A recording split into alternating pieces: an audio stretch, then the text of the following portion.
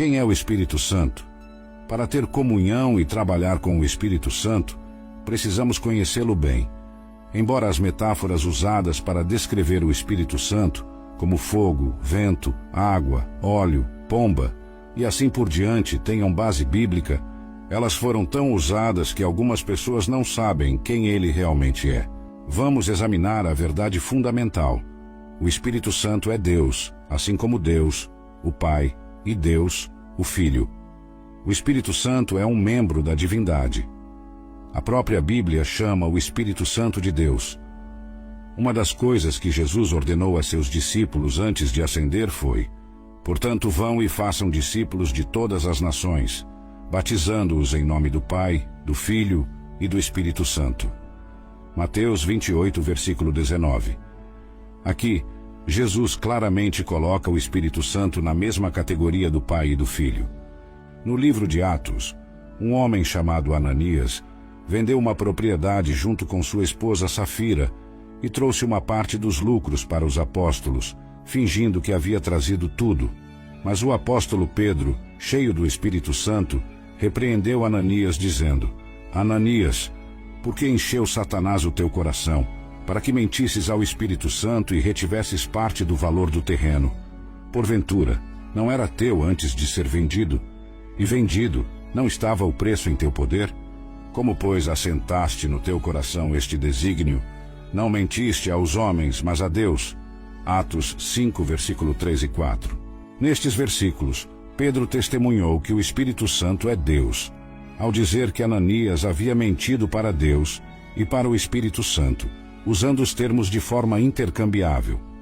Versos do Antigo Testamento, inspirados pelo Espírito Santo, são mencionados no Novo Testamento como sendo escritos pelo Espírito Santo.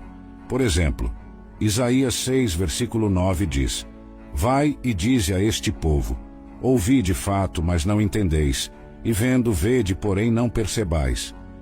Quando Paulo citou este versículo no Novo Testamento, ele o atribuiu ao Espírito Santo. Por isso, ouvi e vede, que por muito tempo, por cerca de 2 anos, não somente em Éfeso, mas também em quase toda a província da Ásia, me destes vós testemunho. Atos 28, versículo 25 a 26. A partir de passagens bíblicas como essas, entendo claramente que o Espírito Santo faz parte da Santíssima Trindade. Podemos também ver que o Espírito Santo é Deus, e que ele realiza a obra que somente Deus pode fazer. O Espírito Santo criou os céus e a terra pela vontade de Deus. A terra, porém, estava sem forma e vazia. Havia trevas sobre a face do abismo, e o Espírito de Deus pairava por sobre as águas. Gênesis 1, versículo 2. Pelo seu Espírito ornou os céus, a sua mão formou a serpente tortuosa.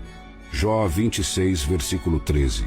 O Espírito Santo ressuscitou os mortos, e que, mediante o Espírito de santidade, foi designado Filho de Deus com poder, pela ressurreição dos mortos, Jesus Cristo, nosso Senhor. Romanos 1, versículo 4. Da mesma forma, considerem-se mortos para o pecado, mas vivos para Deus em Cristo Jesus. Romanos 6, versículo 11. O Espírito Santo faz com que as pessoas nasçam de novo. Respondeu Jesus: digo-lhe a verdade, ninguém pode entrar no reino de Deus se não nascer da água e do Espírito. O que nasce da carne é carne, mas o que nasce do Espírito é Espírito. João 3, versículo 5 a 7. Não se surpreendam com o que estou dizendo. É necessário que vocês nasçam de novo.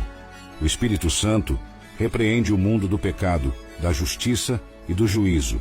Quando ele vier, convencerá o mundo do pecado, da justiça e do juízo. João 16, versículo 8. O Espírito Santo expulsa demônios. Se, porém, eu expulso demônios pelo Espírito de Deus, então certamente chegou a vocês o reino de Deus. Mateus 12, versículo 28. Além dessas provas, o Espírito Santo possui todos os atributos de Deus. Somente Deus é eterno, onisciente, onipotente e onipresente. E o Espírito Santo possui todas essas características. Hebreus 9, versículo 14, afirma que o Espírito Santo é eterno, muito mais o sangue de Cristo, que pelo Espírito eterno A si mesmo se ofereceu sem mácula a Deus, purificará a nossa consciência de obras mortas, para servirmos ao Deus vivo. O Espírito Santo é onisciente, mas Deus nos revelou isso por meio do Espírito, pois o Espírito sonda todas as coisas, até mesmo as coisas mais profundas de Deus. 1 Coríntios 2, versículo 10. O Espírito Santo conhece todas as coisas, inclusive as coisas mais profundas de Deus. O Espírito Santo é onipresente. Respondeu o anjo: o Espírito Santo virá sobre você, e o poder do Altíssimo a cobrirá com a sua sombra. Assim, aquele que há de nascer será chamado Santo Filho de Deus. Lucas 1, versículo 35. Claramente o Espírito Santo é o poder do Altíssimo, e nada é impossível para Deus. Por fim, o Espírito Santo é onipresente.